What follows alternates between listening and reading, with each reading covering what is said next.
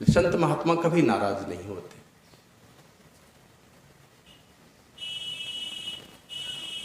याद है ना गुरु महाराज सत्यदेव साहब, पीएचडी की डिग्री जी, महर्षि में ही चरित्र शोध प्रबंध का विषय था। गुरु महाराज से पूछ करके लिखते थे उनकी जीवनी।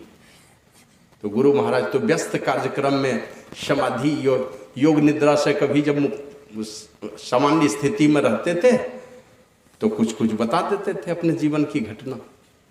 एक एक करके क्रम से लिख रहे थे डॉक्टर सत्यदेव साह जी। तो एक दिन वही पूछे, तो पूछते पूछते गुरु महाराज से पूछते हैं तो गुरु महाराज कहते हैं कि एक जगह मैं गया था सत्संग करने, बहुत अच्छी व्यवस्था किए थे लोग, जल की व्यवस्था, भोजन की व्यवस्था, पानी की व्यवस्था, सब बहुत, बिजली की व्यवस्था।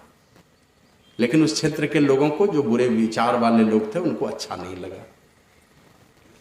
तो शाम के समय में जिस कमरे में बैठा था ध्यान करने के लिए, उसी कमरे में आग लगा दी कुछ दुष्ट प्रकृति के लोगों ने, और जिधर से निकलने का द्वार था उधर से ही आग लगाई थी।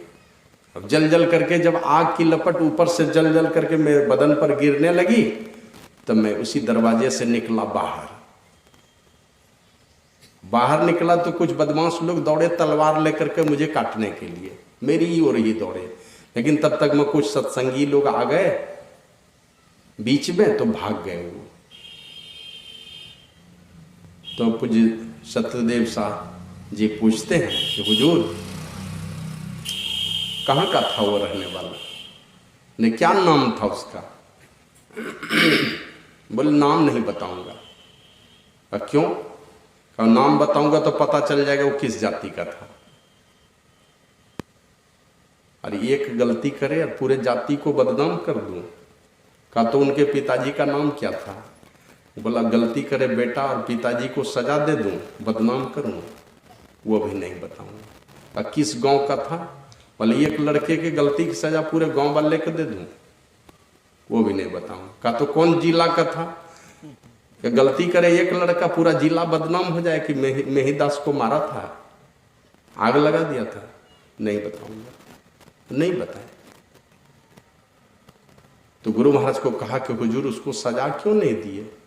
बोले मैंने कुछ भी सजा नहीं दी उनको, लेकिन आप संसार के जो सजा देने वाले इनकी सजा से आप बच सकते हैं, लेकिन एक परमात्मीय विधान है, उसमें सजा का जो प्रावधान है उस सजा से कोई नहीं बच सका। वो भी नहीं बचा, बाद में बड़ी बीमारी हो गई और वो मर गए। सजा मिलेगी। लोग कहते हैं ना, गए थे कपिल भगवान के कुटिया में राजा सगर के 60,000 पुत्र, आंखें खोले जैसे तो जल करके भस्म हो गए।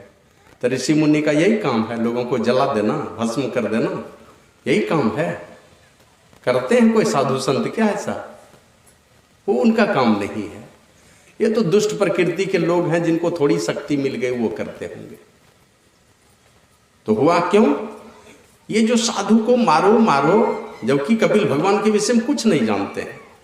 राजा सगर के 60,000 पुत्र को कुछ भी नहीं पता है कपिल भगवान के विषय में कि कौन महापुरुष है।